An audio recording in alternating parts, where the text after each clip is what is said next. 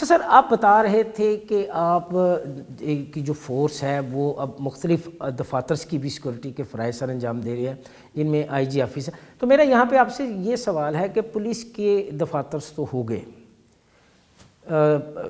Foreigners کی بھی security ہوگی، اس کے علاوہ جو دیگر سرکاری دفاتر ہیں جن کی سیکورٹی کے فرائض آپ سر انجام دے رہے ہیں، تو کیا آپ ان سے اس کے پیسے لیتے ہیں؟ کوئی ان سے اس چیز کا معاوضہ ہے کہ فری آف کاسٹ ہے یہ؟ نہیں، جو گورنمنٹ آف پنجاب کی آفیسز ہیں یا دفاتر ہیں ان کی سیکیورٹی ویسے پنجاب پولیس کی ذمہ داری، اور ہم چونکہ گورنمنٹ آف پنجاب کا ہی ایک محکمہ ہے تو اس کے لیے کوئی چارجز نہیں ہوتے.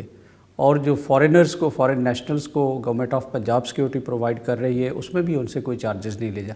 ہاں، ہمارے ایکٹ میں یہ پروویژن ہے کہ اگر کوئی پرائیویٹ بزنس ہے اور انہوں نے کوئی فارن نیشنلز امپلائی کیے ہوئے ہیں جو پیورلی ایک کسی گروپ کا یا کمپنی کا اپنا بزنس ہے، اس میں فارنر کی سیکیورٹی کے لیے وہ ہماری خدمات لینا چاہتے ہیں تو وہ گورنمنٹ کو لکھیں گے اور اس کے لیے they are required to pay charges, چونکہ وہ ان کا پرائیویٹ ایک بزنس ہے.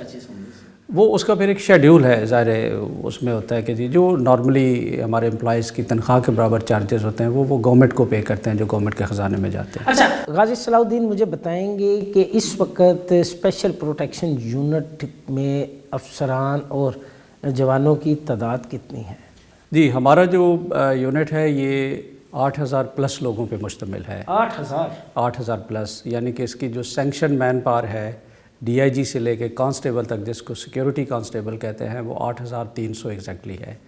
اس وقت ہمارے پاس جو ہے وہ 7,500 7,500 کے قریب لوگ جو ہیں وہ موجود ہیں، وہ اپنی ڈیوٹیز دے رہے ہیں، جس میں اس کا ہیڈ جو ڈپارٹمنٹ کا ہے وہ ڈی آئی جی ڈائریکٹر ہوتا ہے. پھر ہمارے پاس ریجنل ایڈیشنل ڈائریکٹرز ہیں لاہور میں، راولپنڈی، فیصل آباد اور ملتان کے لیے، یہ ہمارے ریجنز ہیں. ان کے ساتھ پھر ڈیفرنٹ رینکس ہمارے، جس میں ڈی ایس پیز تک ہیں. پھر ایک اور بڑے ایس پی یو کی خوبصورت بات ہے کہ یہ ایک ہائیبرڈ ماڈل ہے کہ اس میں سارے جوان جن کو ہم سیکیورٹی کانسٹیبل کہتے ہیں وہ تو ہم نے فریش بھرتی کی ہیں، بالکل ینگ ہے، ان کو نئے سرے سے ٹریننگ دی گئی ہے. لیکن اس کے جو اوپر والے ٹیئرز ہیں سپروائزری، وہ ایک ہائیبرڈ ماڈل ہے کہ ہماری آرمڈ فورسز کے جو ریٹائرڈ لوگ ہیں اور جن کا ایک اچھا ایکسپیرینس ہے، جو سکلز رکھتے ہیں، جنہوں نے مختلف موضوعوں پہ سیکیورٹی ڈیوٹی سر انجام دی ہے، ہم ان کی خدمات لیتے ہیں. وہ ان کے اوپر سپرویژن کرتے ہیں، ان کو گائیڈ کرتے ہیں، ان کی نگرانی کرتے ہیں، اور جو ہمارے کیمپس ہیں، جو سائٹس ہیں، وہ ان کے انچارج ہوتے ہیں. ان کو ہم کانٹریکٹ پہ کرتے ہیں آفٹر ریٹائرمنٹ. اور ہمارے یہ جو لوگ ہیں یہ پرماننٹ ہے. تو یہ ایک بڑا خوبصورت ماڈل ہے کہ جو ایک امتزاج ہے. اس میں ہمارے ایون سینئر کیٹیگری میں جو ایڈیشنل ڈائریکٹرز، ڈپٹی ڈائریکٹر کی سیٹس ہیں، اس میں بھی پاکستان آرمی کے آفیسرز کرنل رینک کے ہیں، میجر رینک کے ہیں، وہ بھی کانٹریکٹ پہ ہم نے امپلائی کیے ہوئے ہیں. اچھا سر، اتنے سارے پروجیکٹ، اتنے سارے سیکورٹی کے ڈیوٹی پوائنٹس، نفری اتنی سی کیسے مینج کرتے ہیں؟ کافی ہے؟ نہیں، نفری اس وقت تو ہماری ضروریات کے لیے کافی ہے. جیسے بتایا کہ 7,500 لوگ ہمارے پاس ٹرینڈ جو ہیں وہ پوسٹڈ ہیں، موجود ہیں. تو الحمدللہ جتنے پروجیکٹس ہیں ان کو ہم کور کر رہے ہیں. کیسے مینج کرتے ہیں ان 7,500 لوگوں کو؟ ڈیوٹی سیکورٹی کو 8 گھنٹے کی تو نہیں ہے، یہ تو 3 شفٹوں میں ہے. جی بالکل 3 شفٹوں میں ہے. ہم اپنی فورس کا بہت خیال بھی رکھتے ہیں، چونکہ ان کی سیکیورٹی ڈیوٹی ہمیشہ سخت ہوتی ہے. آپ کو پتہ ہے ایک ڈیوٹی ایسی ہے جس میں چلنا پھرنا ہے یا کوئی روڈ سائڈ پہ ہے، وہ ڈیفرنٹ وہ مینج ہو جاتی ہے. یہ جب آپ مورچے پہ بیٹھتے ہیں، او پی پہ بیٹھتے ہیں، گرمی میں، دھوپ میں، حبس میں، ہر قسم کے ماحول میں، تو وہاں پہ ڈیوٹی سخت ہوتی ہے. اس لیے 8 گھنٹے کی رکھی ہوئی ہے.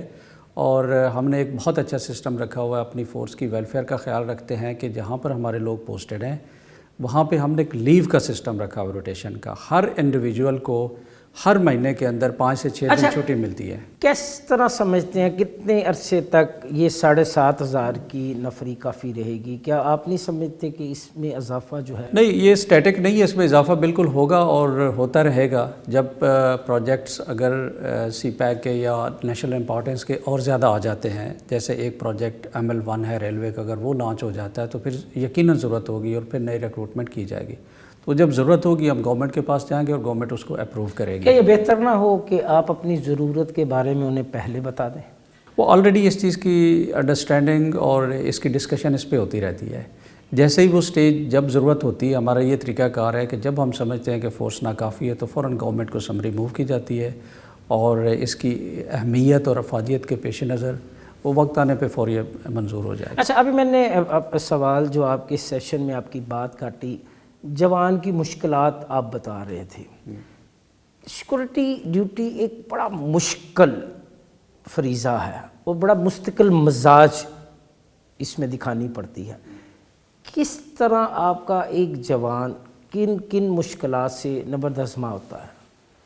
یہ بہت اہم کویسچن ہے اس لحاظ سے کہ جیسے آپ کو پتہ ہے کہ یہ ایک اسپیشلائز یونٹ ہے اور اس کا کام کوئی ایسے نہیں ہے کہ آفیسز کے اندر بیٹھ کے یا صرف شہروں میں یا اربن ایریاز میں یا اچھے ماحول میں ڈیوٹی کرنا.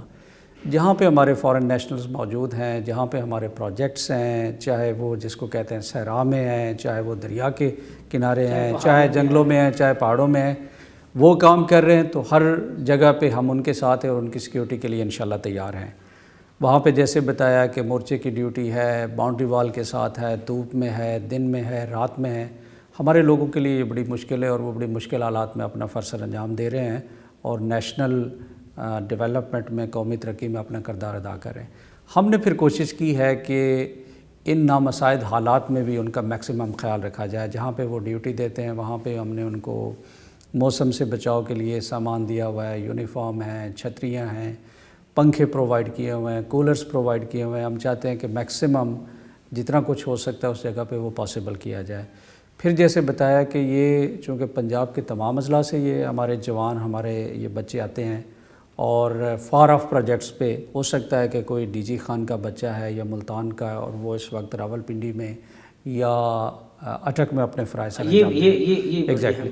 پھر ہم اس میں ایک تو ہماری روٹیشن پالیسی ہے کہ ایک سرٹن پیریڈ کے بعد ہم کوشش کرتے ہیں کہ اگر وہ اپنے ہوم اسٹیشن سے بہت دور ہے تو اگلی پوسٹنگ اس کو نزدیک مل جائے.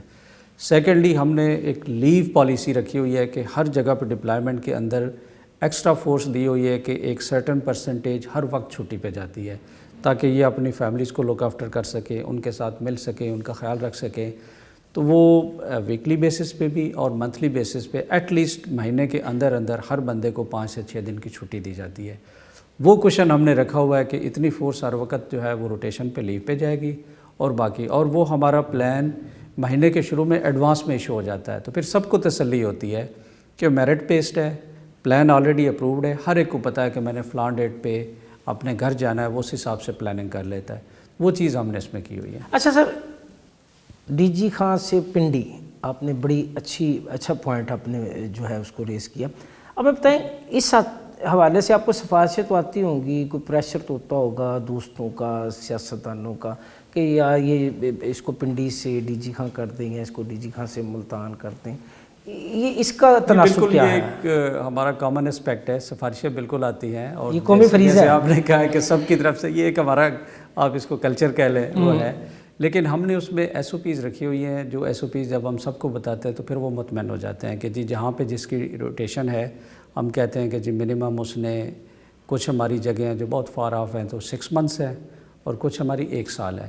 تو ہم ان کو جب بتاتے ہیں کہ جی یہ اب 1 سال کے لیے یہاں پہ گیا ہے، جیسے ہی اس کا ٹرن تو اگلا آپشن اس سے لیا جائے گا. تو جب آپ فیئرلی چلتے ہیں اور آپ نے ایک سسٹم بنایا ہوا تو سسٹم کے مطابق پھر سارے اس چیز کو انڈرسٹینڈ کرتے ہیں. تو اور جو انڈرسٹینڈ نہیں کرتے نہیں، پھر ظاہر ہے آپ نے امپلیمنٹ تو کرنا ہے، سسٹم امپلیمنٹ کرنا ہے تاکہ سب کے درمیان جو ہے سب سے ایک جیسا سلوک کیا جائے. ہم اپنے لوگوں کو بھی بلا کے سمجھاتے ہیں، ان کو بھی پتہ ہوتا ہے اس چیز کا.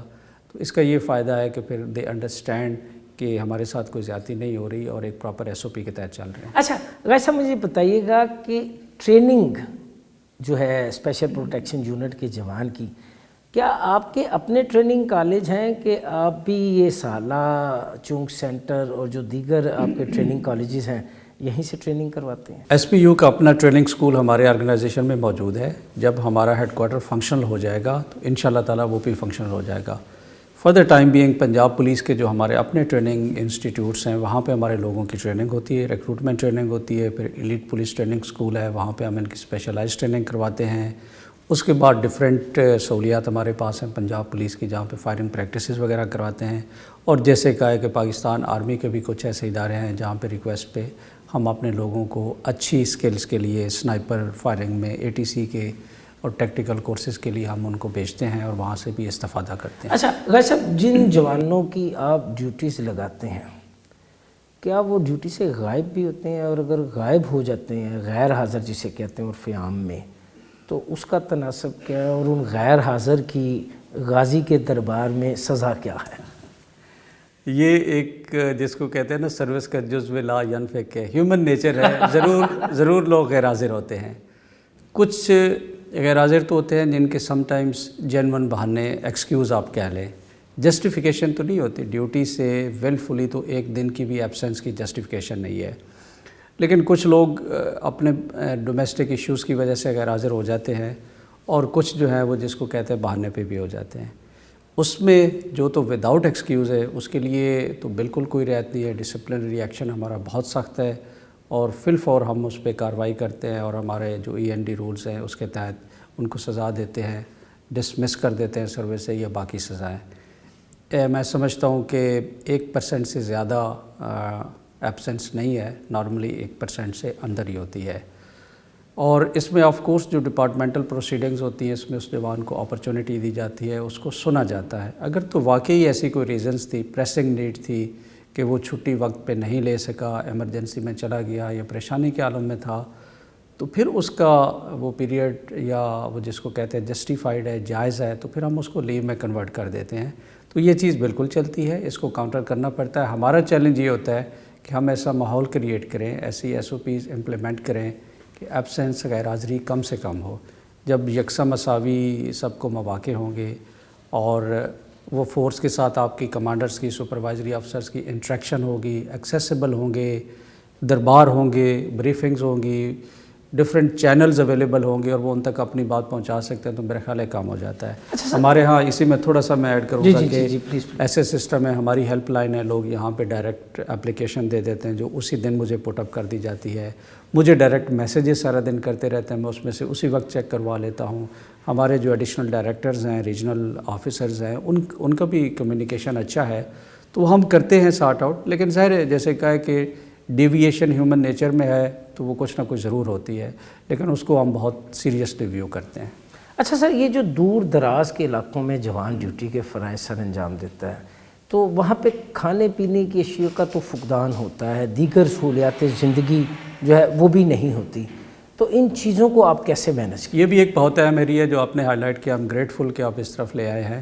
SPU چونکہ اسپیشلائز ادارہ ہے، تو ان ساری چیزوں کو کیٹر کیا گیا ہے. ہمارے پاس اپنے کوکس ہیں، ویٹرز ہیں، ہمارے باربرز ہیں، دھوبی ہیں.